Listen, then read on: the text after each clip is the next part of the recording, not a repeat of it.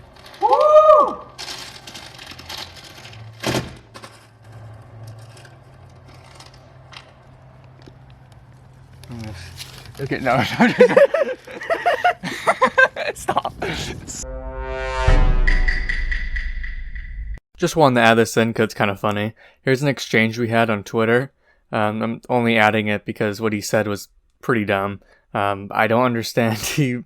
Apparently he thinks Trafalgar was more accurate than other polls. Apparently not only getting the winner wrong, but also getting the margin even more off is more correct. I don't know his logic, but I just want to include that 'cause it's funny. Coming to a conclusion, I don't really want to repeat myself. I think I've said that everything I need to say in this video. There are some other things that I may have wanted to touch on, but this video is getting too long, so yeah.